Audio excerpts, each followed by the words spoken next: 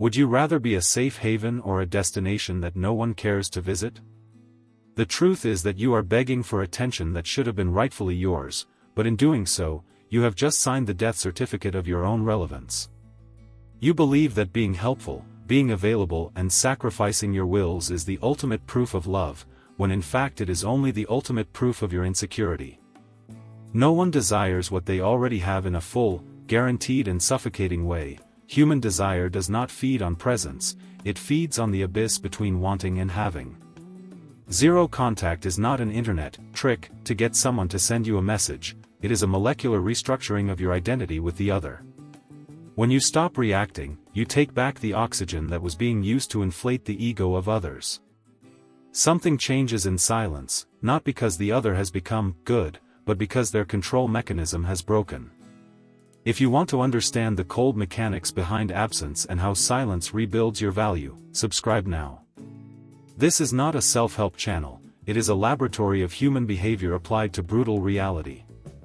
1. The comfort of availability is the poison of desire.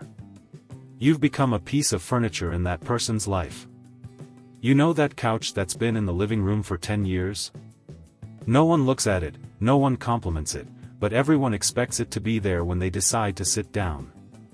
That's exactly how you're treated when you become too predictable. You think that sending that "good morning" message or asking how work went is a gesture of affection, but for the recipient, it's just confirmation that you're still on a leash. Predictability kills curiosity, and without curiosity, the human brain goes into energy-saving mode. It doesn't have to work hard for you because you've already given yourself entirely, without charging the price of the ticket. Imagine the scene: his cell phone vibrates. He doesn't even need to look to know it's you. He already knows what you wrote, the tone you used, and how desperate you are for a minimal answer. At that moment, you lost. You gave him the ultimate power to decide when you'll have a good day or a bad day. Your unconditional acceptance removed the challenge.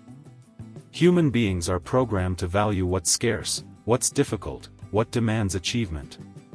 By making yourself overly acceptable, you've become disposable. The price you pay for wanting to be accepted at any cost is the destruction of your mystery. Desire lives in the gap, in the empty space between two people. If you fill that space with messages, demands, and constant presence, you suffocate the flame before it even turns to embers.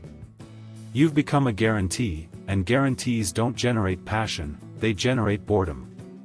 Boredom is the terminal stage of any relationship where one side has decided to be too nice not to lose the other.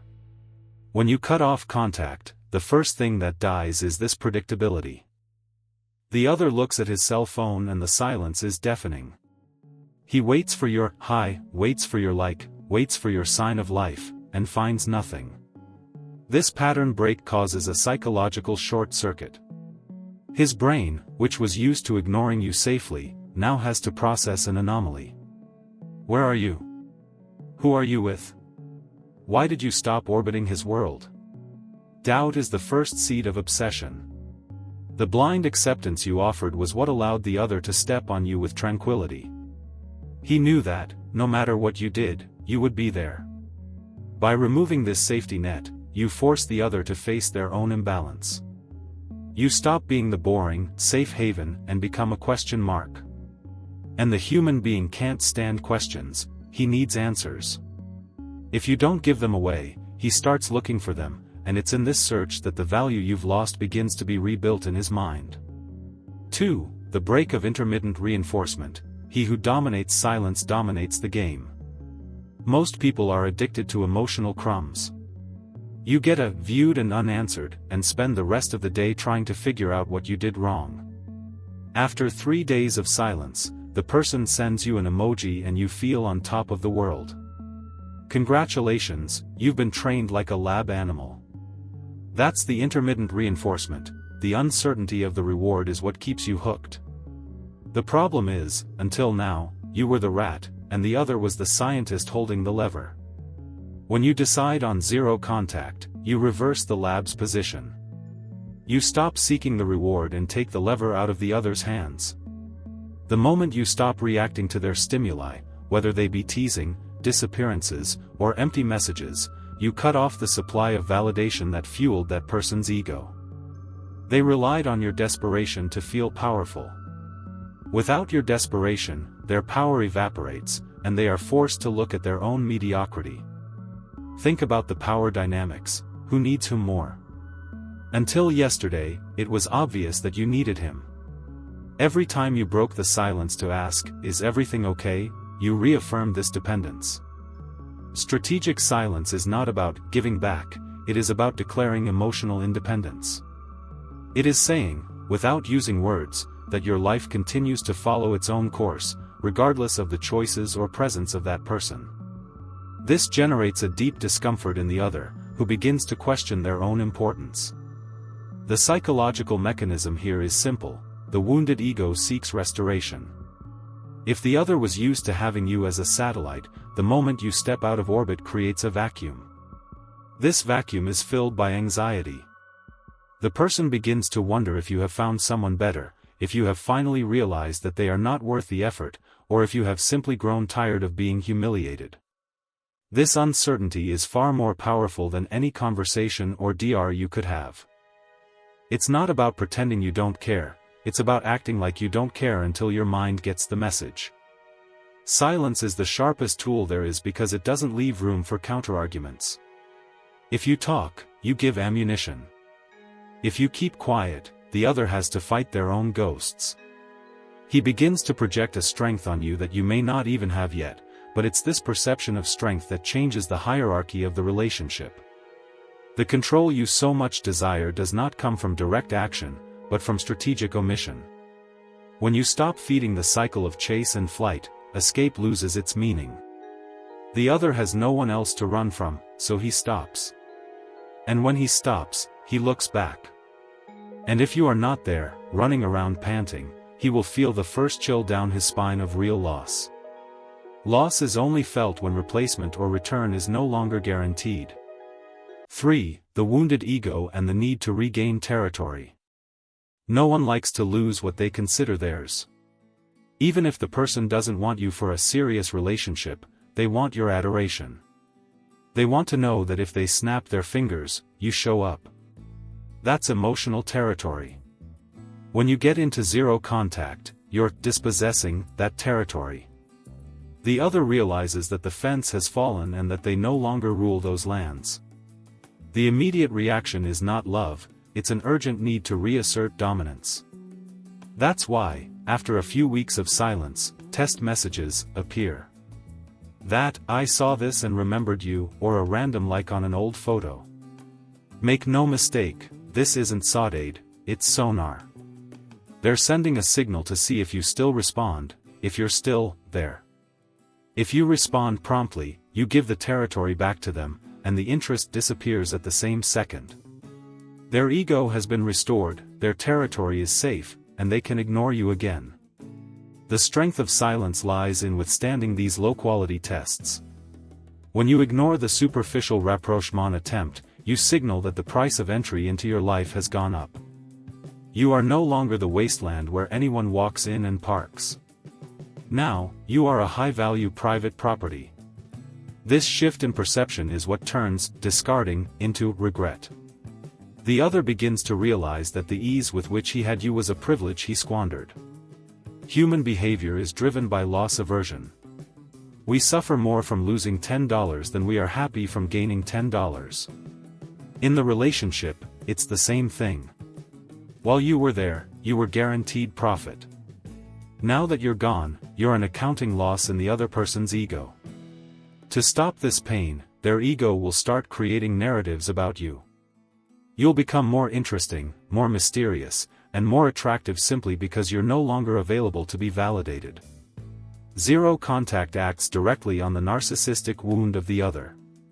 We all have a little narcissism, we all want to be loved and desired. When someone who loved us suddenly stops paying attention to us, it attacks our self-image. The other person begins to wonder, what has changed in me that this person no longer wants me? This doubt is the engine that brings people back, but be careful, if you come back for the wrong reason, the cycle repeats itself. You need to understand that desire is a mental construct.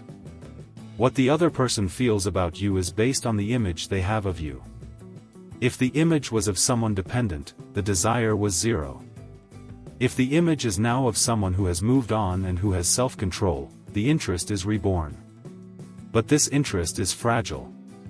It needs to be sustained by your real change of posture, and not by a temporary staging. 4. The removal of validation and the vacuum of identity.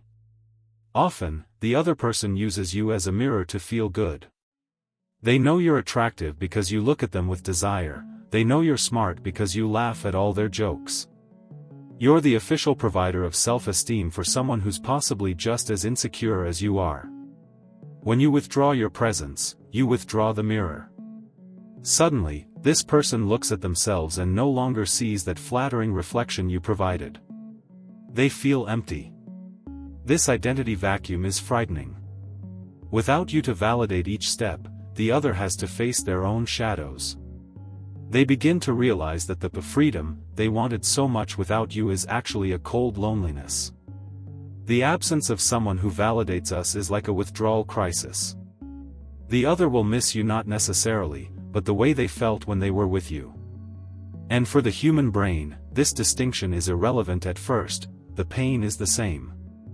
The strategy here is to let the other person deal with the weight of their choice. If they chose not to be with you, give them the full experience of that choice. Don't be the friend who relieves their guilt. Don't be the person who answers their existential questions at 2 a.m. Let them feel the chill of total absence. Only in the desert do you appreciate water. If you keep providing them with drops of attention, they will never feel thirsty enough to change.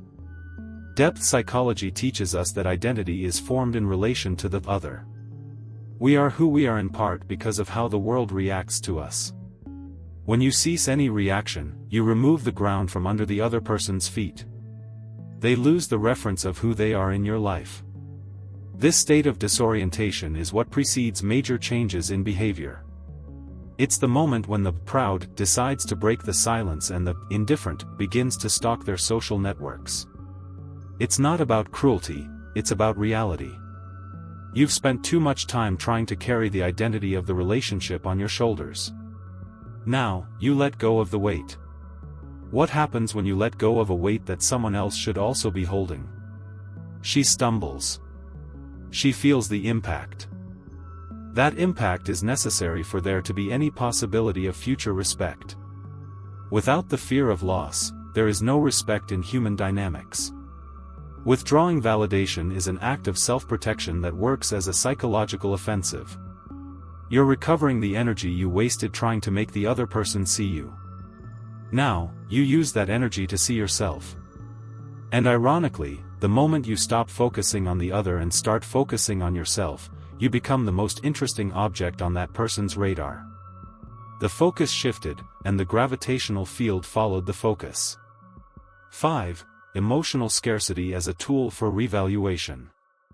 Everything that is abundant loses its price. Oxygen is vital, but no one pays for it because it is everywhere. Diamond is just carbon, but its scarcity makes it precious. You have behaved like oxygen, vital, but ignored. It is time to become the diamond. Emotional scarcity is not about playing games, it is about recognizing that your time, your attention and your affection are finite and valuable resources that should not be wasted on those who do not offer a worthy counterpart. The classic mistake is to think that if you give a little more, the other will finally realize your value. It's the opposite. The more you give without receiving, the more the price of what you offer falls into the emotional market.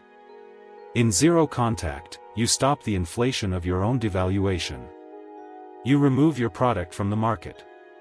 Suddenly, what was given for free no longer exists. The other, who previously despised, now begins to calculate the cost of the loss. Consider the psychology of regret. Regret is only born when we realize that an opportunity has closed permanently. As long as the other feels like they can have you back at any time, they will never feel regret, only comfort. Scarcity creates urgency. What if she met someone? What if he really got tired of me? These questions are the engines that lead someone to come out of inertia and take action. Zero contact sets a new standard for negotiation. You're telling the other's subconscious that the previous conditions have expired.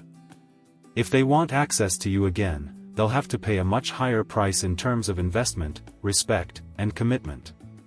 You're no longer on sale. This high-value placement is what separates people who are respected from those who are just used to pass the time. Scarcity works for you, too. During silence, you begin to realize that your hunger for the other person was largely an addiction to adrenaline and rejection. Over time, the lack of contact clears your system.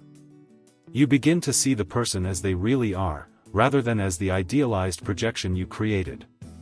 Scarcity brings clarity to both sides. If, after the period of scarcity, the desire to be together persists, it will be based on something real, not dependency. Remember, the emotional marketplace is cruel to the desperate. Despair has a smell that drives anyone away. Scarcity, on the other hand, has the aroma of self-sufficiency. Nothing is more attractive than someone who doesn't seem to need anyone to be happy. By withdrawing your presence, you simulate, and eventually build, that self-sufficiency that will magnetize the other's attention back to you. 6. The impact of absence on the unconscious and the Jungian shadow. When you disappear from someone's life, you don't just leave the field of vision, you enter the field of imagination. This is where depth psychology explains the phenomenon. In the absence of reality, you present, sending boring messages, the other's unconscious begins to fill the void with projections. If you're not there to be the real person with flaws, the other starts to remember only the good parts, or worse, starts to create scenarios where you're much better off without them. This process messes with the shadow. The other person begins to project his insecurities onto you. He thinks, am I not good enough to keep her interested? Your absence becomes a mirror of his flaws. While you were chasing after him, the flaw was yours, you were the boring, the clingy. Now that you're gone, the flaw becomes his, he's the loser, the forgetful. The reversal of blame is a powerful byproduct of silence. The human mind hates the unfinished. It's called the Zeigarnik effect. We remember interrupted tasks much more than completed tasks. By cutting off contact abruptly, you leave the unfinished story in the mind of the other. There was no satisfying emotional closure for his ego. He needs an end where he comes out on top, but you denied him that. Now, he's mentally stuck with you, trying to find a way to complete this cycle. At this stage, the other person may begin to act irrationally. He may frequent places where he knows you will be, post photos to tease you, or ask mutual friends about you. These are desperate attempts to bring you back to the reality where he has control. Your mission is to remain in the sphere of imagination. The longer you sustain the mystery, the more his image of you grows. You stop being an ex-girlfriend or ex-boyfriend. The fear of forgetfulness is one of the greatest human pains. By not showing any sign of life, you flirt with the other's greatest fear, that he is irrelevant to you. This hurts his identity in a way that no argument or fight could. The anger passes, the resentment decreases, but the doubt about one's own worth in the face of your silence only grows as the days go by. The natural progression is that the other person begins to idealize you. Fights are forgotten, bad moments are minimized, and your absence turns you into a trophy that he lost by carelessness. It's a psychological trap that you set just by standing still. The effort you made to be loved was what prevented the other from loving you. Now, your non-effort is what creates the magnetic field for his return. 7. The broken pattern and the loss of the remote control. We all have buttons that others know how to push. The other person knows that if they post a picture with someone, you'll react. They know that if they send you a cold message, you'll beg for attention. They have remote control of your emotions. Zero contact is the moment when you switch frequency and their control stops working. This loss of control generates deep anxiety in those who were used to manipulating their feelings. Imagine you're playing a game, and suddenly the controller stops responding. You press the buttons harder, shake the device, get frustrated. That's exactly what the other person does when you stop reacting. The test messages mentioned before are like pushing the buttons harder. If you keep not reacting, his frustration turns into fascination. He doesn't understand how he lost control over you. Pattern breaking is a technique of hypnosis and persuasion. When you break someone's expectation, you create a momentary state of trance. The other expected you to suffer publicly, that you would text drunk on the weekend, that you would ask to come back. When you do the opposite, stay silent, mind your own business, disappear from the map, you break their script. And when the script breaks, the person is vulnerable to new impressions. This vulnerability is what allows a new dynamic to emerge. You are forcing the other to see you in a new light. You are no longer the person who can be managed. You have become an uncontrollable variable.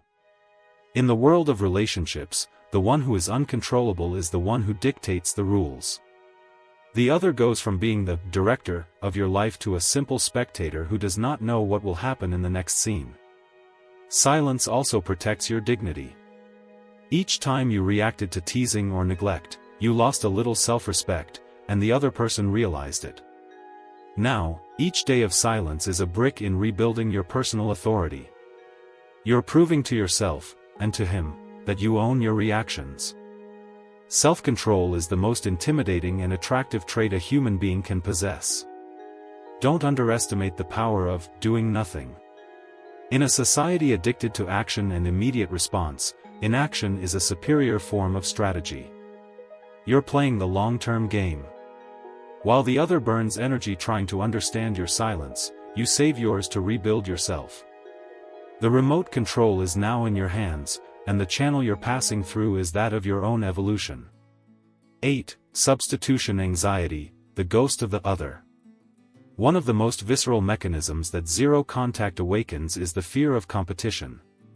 The moment you disappear, the other's brain, driven by insecurity, creates an immediate scenario: if you're not with me and you're not suffering for me, you're with someone else. The ghost of a surrogate begins to haunt his thoughts. Even if you're just at home reading a book, in the other's mind, you're living an amazing life and being desired by people much better than him. This substitution anxiety is poison to the ego. The other person begins to compare their own life with the imaginary life they have created for you. They feel stagnant while you seem to be on the rise. The irony is that this fear of substitution often causes the person to try to win you back, just to prove that they can still do it, that they are still superior to any supposed rival. You don't have to post photos with anyone to generate this effect. In fact, it's better not to post at all. Mystery is much more potent than evidence.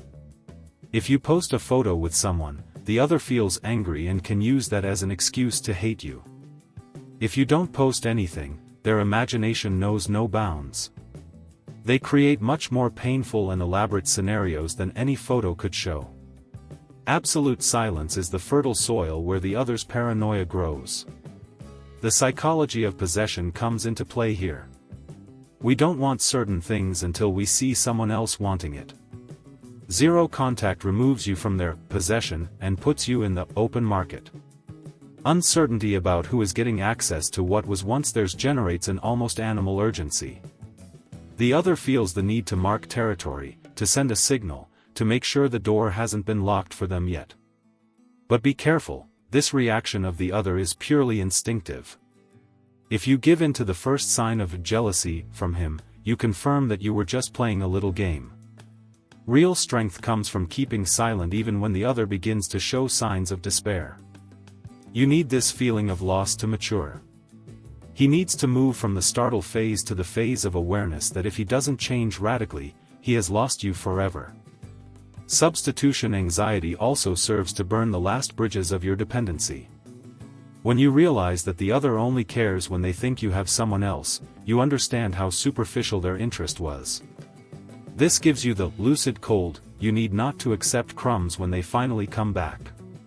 You come to understand that your value doesn't depend on who is by your side, but on how willing you are to be alone instead of being poorly accompanied. 9. the metamorphosis of pain into personal power. Zero contact is not a waiting period, it is a training period. If you spend the 30 or 60 days just counting the minutes for the person to look for you, you have failed. The psychological goal is the repositioning of power. During silence, the pain of rejection must be used as fuel for your own transformation. It is the concept of sublimation, transforming a painful impulse into something constructive and superior.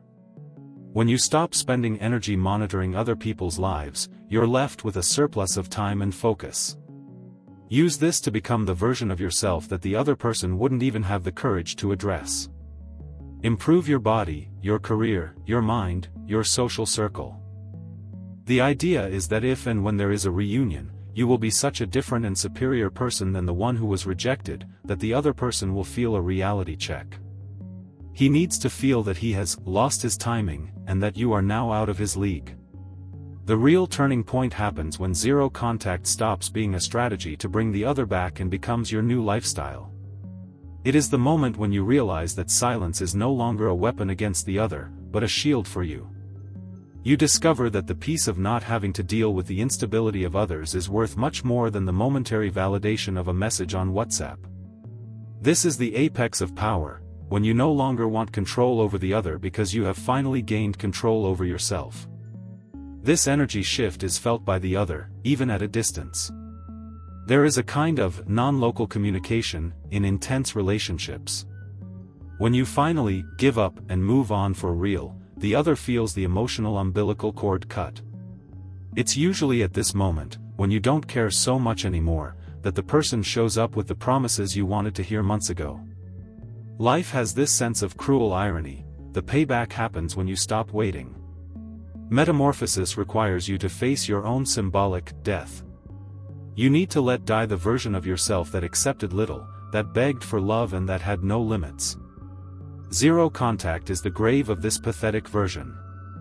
And from the silence of this tomb, someone is born playful, cold in the right measure and aware of their own value. Someone who understands that being accepted is easy, but being desired and respected requires the courage to be absent. Don't become a rule follower, become the creator of your own reality. The other is just an extra you've chosen for a leading role in your life. The moment the extra has stopped following the script and started disrespecting you, you have the power to cut him out of the final edit. Zero contact is your editing process. In the end, you decide if he gets into the director's cut, or if he stays in the story trash. 10. The final reversal: the hunter has turned the hunt. The completion of a well-executed zero-contact process is the complete reversal of polarity.